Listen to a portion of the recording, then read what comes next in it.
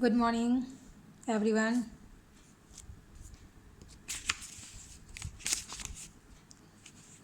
आज western logic का class हम लोग शुरू करते हैं। वेस्टर्न लॉजिक के बारे में आज मैं आप लोगों को कुछ बताऊंगी। तो चलिए, सबसे पहले मैं आपको सिलेबस से रूबरू कराती हूँ कि वेस्टर्न लॉजिक में आपको क्या क्या पढ़ना है। तो आप सिलेबस देख रहे हैं, मैं आपके लिए सिलेबस लेकर बैठी हुई हूँ। आप सिलेबस देख लें। इसमें भी अन्य पेपरों की तरह, अन्य विषयों की तरह इसमें भी आपको 5 यूनिट्स पढ़ने हैं, जिसमें यूनिट 1 जो है उसका नंबर 1 आप देख रहे हैं कि उसमें लिखा हुआ है व्हाट इज़ लॉजिक। ठीक है। दूसरा है what is symbolic logic. Third, advantages of symbolic logic. And fourth, propositions and arguments. तो आज जो यूनिट 1 का पहला है व्हाट इज़ लॉजिक, इसके बारे में हम लोग कुछ जानते हैं। ठीक है। जो चूँकि विषय भी वैसा है, वेस्टर्न लॉजिक, तो लॉजिक शब्द का इस्तेमाल क्यों हुआ है वेस्टर्न लॉजिक में, पाश्चात्य तर्कशास्त्र। तो ये जानना ज़रूरी है कि ये लॉजिक क्या है। इस लॉजिक को सबसे पहले हम जानें कि ये लॉजिक क्या है। तो इसके लिए सबसे पहले मैं आपको बताऊंगी कि अभी जब से ये नया सिलेबस एमए वालों के लिए शुरू हुआ है और जब से ये सीसी पेपर कोर्स चलने लगे हैं इसमें, तो इसमें ऐसा कोई बुक नहीं अभी तक निकला है जिसमें आपको सारे विषय लॉजिक के जो पांचों ये यूनिट हैं उनका हर एक टॉपिक आपको किसी एक पुस्तक में मिल जाए। तो इसके लिए जो यूनिट 1 और 2 है एंड 3 भी, ये जो 3 यूनिट है उसके लिए आपको झा एवं मिश्र की किताब, झा एवं मिश्रा की किताब है जो इंटर में अभी चल रहा है, निगमन तर्कशास्त्र। वो भारतीय पब्लिकेशन से, भारतीय भवन से निकली हुई है वो पुस्तक है। और इसके अलावा आप डॉक्टर गंगाधर झा की भी निगमन तर्कशास्त्र की पुस्तक पढ़ सकते हैं, जिसमें ये तीनों ही बड़े ही अच्छे ढंग से, बड़े ही आसान तरीके से बताया गया है और काफ़ी उसको लेके आप लाभान्वित हो सकती हैं। वो झा एवं मिश्रा की जो पुस्तक है वो मैं आपको दिखा रही हूँ, वो आप इसे देखें। ये इंटर निगमन तर्कशास्त्र है, झा एवं मिश्रा की किताब है और ये आप देखें भारतीय भवन पब्लिकेशन से आई हुई है। और इस किताब को प्रेफर हमने इसलिए किया है क्योंकि इसमें long answers and short answers सब कुछ है, कि उसके साथ भी ऑब्जेक्टिव क्वेश्चंस भी हैं। तो आपको उसे निकालने में, उसमें समझने में काफ़ी आसानी होगी, क्वेश्चन निकालने बनाने में। ठीक है। तो हम लोग शुरू करते हैं कि आखिर ये तर्कशास्त्र क्या है, क्यों इस बार से तर्कशास्त्र की पढ़ाई जो हम लोग इंटर में पढ़ते थे। आप में से जो विद्यार्थी आर्ट्स के विद्यार्थी होंगे वो निश्चित रूप से इंटर में लॉजिक पढ़ के आए होंगे, लेकिन जो साइंस स्ट्रीम से इधर पहुंचे हुए हैं उन्हें इसके बारे में कोई जानकारी नहीं होगी। तो सबसे पहले आप थोड़ी ये जान लें कि व्हाट इज़ लॉजिक, कि लॉजिक क्या है। ठीक है। तो क्योंकि सबसे पहले किसी भी विषय या शास्त्र के अध्ययन के पहले हमें उसके बारे में जानना आवश्यक होता है कि आखिर जब हम तर्कशास्त्र पढ़ने जा रहे हैं तो तर्कशास्त्र क्या है। ठीक है।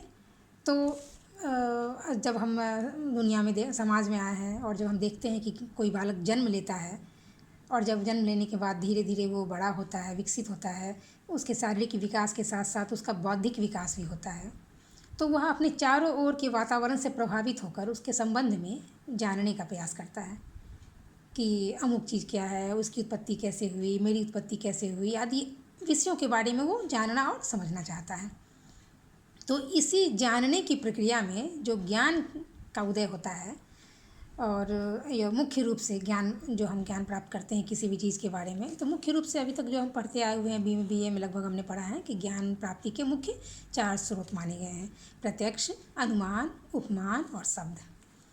लेकिन तर्कशास्त्र का संबंध सिर्फ अनुमान से होता है, क्योंकि यहाँ ज्ञात के आधार पर हमें अज्ञात वस्तुओं के संबंध में जानकारी प्राप्त करनी होती है। और अनुमान में भी हम ऐसा ही करते हैं, क्योंकि अनुमान का खंड यदि हम संधि विच्छेद करें तो हम ये पाते हैं कि अनुमान 2 शब्दों के मेल से बना है, अनु और मान। अनु का अर्थ होता है पाश्चात्य और मान का अर्थ होता है ज्ञान। तो क्या हो गया, पिछले अनुभव पर आधारित ज्ञान को हम अनुमान जन्य ज्ञान कहते हैं। ठीक है। तो अब जैसे उदाहरण के लिए इसको हम जाने तो क्या समझेंगे जैसे आसमान में छाए हुए बादल को देखकर हम क्या करते हैं, क्या अनुमान लगाते हैं? तो वर्षा होने का जो हम अनुमान लगाते हैं कि आकाश में बादल छाए हुए हैं, निश्चित रूप से बारिश होगी। तो हमारा यह जो ज्ञान की जो हम प्राप्ति करते हैं, वो ज्ञान की प्राप्ति कैसे करते हैं? वो अनुमान के माध्यम से करते हैं। ठीक है, तो अनुमान का क्या हो गया? अनुमान का उद्देश्य क्या हो गया? तर्कशास्त्र का संबंध हो गया अनुमान से, और सभी व्यक्ति अनुमान करते हैं। हालांकि अनुमान में कभी कभी गलती होने की संभावना होती है, लेकिन उन भूलों को सुधारने का भी नियम का लक्ष्य होता है, क्योंकि अनुमान के जो नियम होते हैं उन सभी नियमों को हम सही सही जान लें, ताकि हम अनुमान में गलती ना कर सकें। और उन नियमों के आधार पर यदि हम अनुमान करेंगे तो वह अनुमान हमारा बिल्कुल सत्य होगा। ठीक है, क्योंकि अनुमान का उद्देश्य ही होता है, उसका एम ही होता है to attainment of truth and avoidance of error are the aims of logic. ठीक है, क्या होता है? सत्यता की प्राप्ति और असत्य का निराकरण ही अनुमान का उद्देश्य होता है। ठीक है, तो आप लोग पहले इसे समझ लें, फिर मैं आपको कुछ स्टडी मटेरियल भी दे दूँगी जो मैं आप लोगों के लिए तैयार कर रही हूँ, और ये उसकी पुस्तक से अवश्य पढ़ेंगे, उसमें बहुत ही अच्छे ढंग से वर्णन किया हुआ है। तो इतना जानने के बाद हम ये आवे कि आखिर तर्कशास्त्र की परिभाषा कुछ विद्यार्थियों ने कुछ विद्वानों ने जो दी है, और तर्कशास्त्र ये को अंग्रेजी में हम क्या कहते हैं? तर्कशास्त्र को अंग्रेजी में हम लॉजिक कहते हैं। और ये लॉजिक जो होता है वह ग्रीक के लॉगस शब्द से उत्पन्न हुआ है, और इस लॉगस का अर्थ होता है विचार या शब्द। ठीक है, तो ये विचार क्या होता है? विचार एक मन की प्रक्रिया है जिसके द्वारा ज्ञान प्राप्त किया जाता है, और विचारों को शब्दों के माध्यम से अभिव्यक्त करना वैसे तो एक जटिल प्रक्रिया है, लेकिन तर्कशास्त्र में विचारों का प्रयोग, विचारों को क्या, विचार का एक पर्यायवाची शब्द भी इस्तेमाल किया है जिसे हम रीजनिंग या तर्क कहते हैं। तो तर्कशास्त्र के अंतर्गत तर्क के माध्यम से ज्ञान की प्राप्ति की जाती है। ठीक है, तर्कशास्त्र में हम प्रत्यक्ष से अप्रत्यक्ष की ओर जाते हैं, यानी आकाश में छाए हुए बादल को देखकर हम एक अनुमान लगाते हैं कि वर्षा होगी। तो अनुमान का जो संबंध हो गया, तर्कशास्त्र का जो संबंध हो गया, वह अनुमानजन्य ज्ञान से हो जाता है। ठीक है, अब जब ज्ञान की प्राप्ति होती है तो सवाल यह उठता है कि ज्ञान तो कितने तरह के होते हैं? तो ज्ञान दो प्रकार के होते हैं, सत्य ज्ञान और असत्य ज्ञान। सत्यता और सत्य ज्ञान, ये जो हो गया, उस सत्यता में भी दो प्रकार होते हैं, एक आकारिक सत्यता होती है और दूसरा वास्तविक सत्यता होती है। तो आकारिक सत्यता क्या होता है? आकारिक सत्यता उस सत्यता को कहते हैं जो सत्य केवल हमारे विचारों या मानसिक प्रदेश में ही सत्य होता है। जब हम अपने विचारों में जब हम कुछ सोचते हैं तो उसमें कोई व्याघात नहीं होता है। हम कुछ भी सोच लें तो उसमें कोई कंट्राडिक्शन हमको नहीं आता है। इस तरह की बातें हम सोच सकते हैं। जैसे हम अपने मानसिक प्रदेश में या अपने मन में सोने का पहाड़ तो सोच सकते हैं, और ये सोचने में कोई हमको आपस में विरोधाभास, मन में कोई विरोधाभास नहीं हो रहा है, हम सोच सकते हैं। लेकिन इसमें हो सकता है इसके अनुरूप बाह्य जगत में वस्तु ना पाई जाए, उससे कोई अंतर नहीं पड़ता है। लेकिन हमारे मानसिक प्रदेश में, हमारे विचारों में जो हम सोचते हैं तो उसमें हमें कोई विरोधाभास प्रतीत नहीं होता है, और ऐसा हम सोच सकते हैं। तो ये होता है आकारिक सत्यता। ठीक है, लेकिन एक ऐसी बातें होते हैं जैसे बैरन मदर, बंध्या यानी बंध्या माँ। तो जो बंध्या जब कह दिए तो वो कभी माँ नहीं बन सकती है। ये तो हमारे विचारों में भी संभव नहीं है, ये हम सोच भी नहीं सकते हैं। बैरन के साथ, बंध्या के साथ माँ शब्द हम जोड़ ही नहीं सकते हैं। जब बंध्या हो गई तो वो माता कहलाती नहीं, माता नहीं हो सकती। तो ये इसमें क्या होता है, तो इसके सत्य होने की हम कभी भी कल्पना नहीं कर सकते हैं, ना तो मतलब मानसिक प्रदेश में और ना ही बाह्य विश्व में। इसमें किसी भी प्रकार की सत्यता नहीं होती है। ठीक है, क्योंकि ये आत्मविरोधी होता है। और एक दूसरा सत्यता जो होता है, वास्तविक सत्यता, वो क्या होता है? वो ना सिर्फ हमारे मन के विचारों के अनुरूप भी में सत्य तो होता ही है, उसके साथ साथ बाह्य जगत में भी उसके अनुरूप वस्तुएं पाई जाती हैं। ठीक है, जैसे उदाहरण के लिए सभी मनुष्य मरणशील हैं, हम कह देते हैं। तो जब सभी मनुष्य मरणशील हैं तो किसी व्यक्ति को हम देखते हैं, राम श्याम सीता गीता किसी को भी हम देख लें तो उसके बारे में यह हम अनुमान लगा सकते हैं या ज्ञान प्राप्त कर सकते हैं कि यह व्यक्ति राम भी मरणशील होगा या राम भी मरणशील है। तो ये जो होता है ये वास्तविक सत्यता है। वास्तविक सत्यता हो गया जिसमें मन के साथ साथ उसके अनुरूप बाह्य जगत में भी वस्तुएं पाई जाती हों, ये हो गया। और इसमें वास्तविक सत्यता, आकारिक सत्यता के साथ साथ वास्तविक सत्यता भी होती है। तर्कशास्त्र का संबंध इन्हीं दोनों प्रकार के सत्यता से होता है, आकारिक सत्यता और वास्तविक सत्यता। और इन दोनों सत्यता के अनुरूप सत्य को प्राप्त करने के दो पद्धति हमारे समक्ष होती है। एक होता है निगमनात्मक पद्धति और दूसरा होता है आगमनात्मक पद्धति। निगमनात्मक पद्धति के द्वारा हम क्या करते हैं, हम आकारिक सत्यता को प्राप्त किया जाता है और आगमन पद्धति के द्वारा वास्तविक सत्यता की प्राप्ति होती है। इन्हीं पद्धतियों के अनुरूप आकारिक तर्कशास्त्र और निगमन तर्कशास्त्र तथा वास्तविक तर्कशास्त्र ये अर्थात आगमन तर्कशास्त्र का हम लोग अध्ययन करते हैं।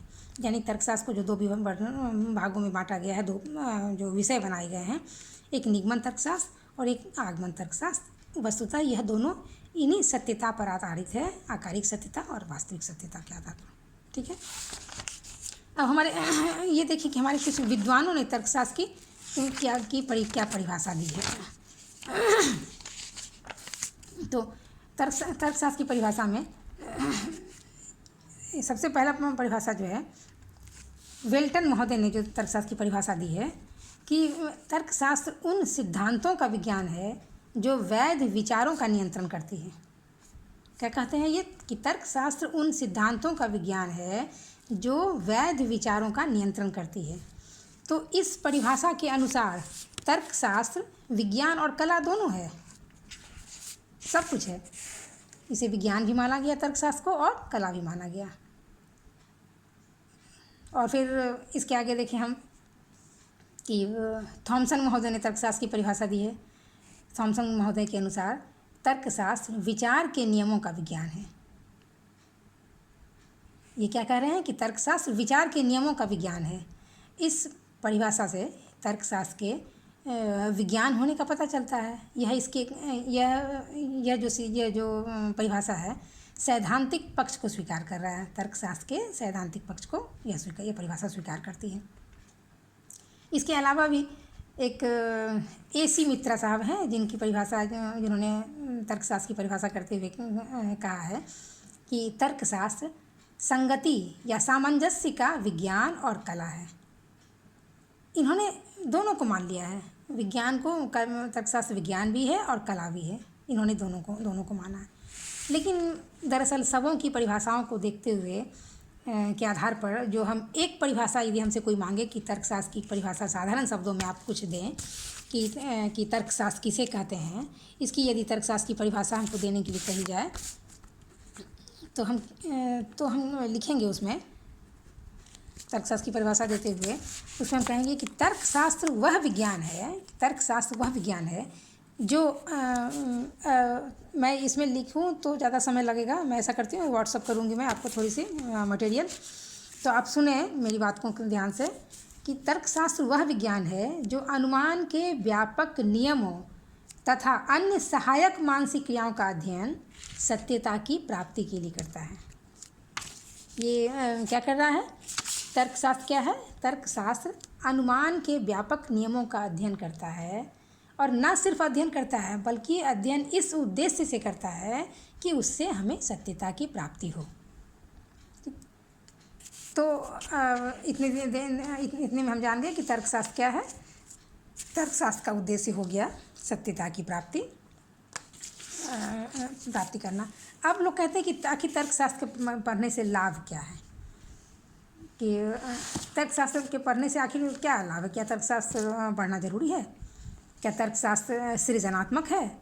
तो इसमें हम भले कुछ नहीं कहें, हम इतना ज़रूर कह सकते हैं कि हाँ, तर्कशास्त्र को हम भले ही सृजनात्मक ना माने पर यह सुधारात्मक तो अवश्य है, पर यह सुधारात्मक है।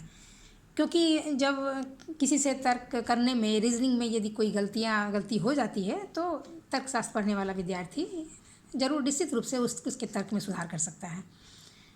और उसके अलावा तर्कशास्त्र को पढ़ने से निश्चित रूप से एक मतलब कि विज्ञान पढ़ने वाले विद्यार्थियों की भांति ही उसकी तर्कना शक्ति में प्रवीणता बढ़ती है। तर्क करने की जो प्रवृत्ति की जो होती है उसमें वो बढ़ोतरी कर सकता है।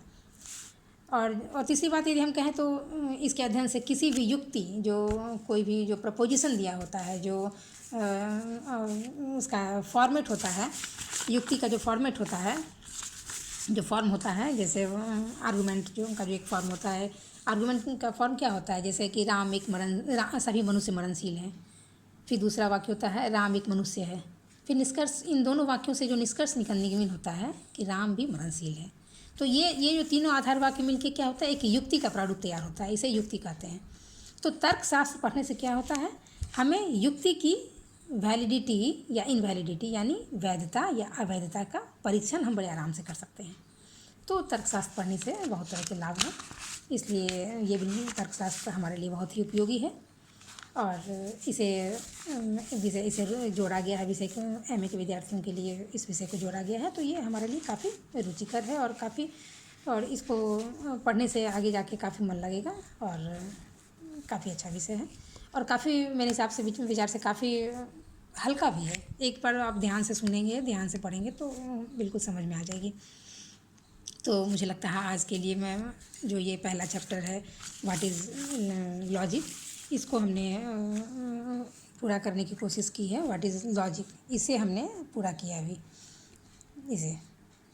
और कल यानी 18 अप्रैल को जो मैं आप लोगों के लिए बैठूंगी क्लास के लिए, तो उसमें मैं दूसरा विषय व्हाट इज़ सिंबॉलिक लॉजिक जो आप देख रहे हैं उस पर हम लोग विचार करेंगे, उस पर हम बातें करेंगे कि लॉजिक हमने देखा कि लॉजिक क्या होता है। अब फिर अब हम देखेंगे कि लॉजिक के आगे सिंबॉलिक शब्द को जो जोड़ा है, ये व्हाट इज़ सिंबॉलिक लॉजिक, ये क्या है। ठीक है, तो आज के लिए बस इतना ही, फिर कल मिलती हूँ आपसे।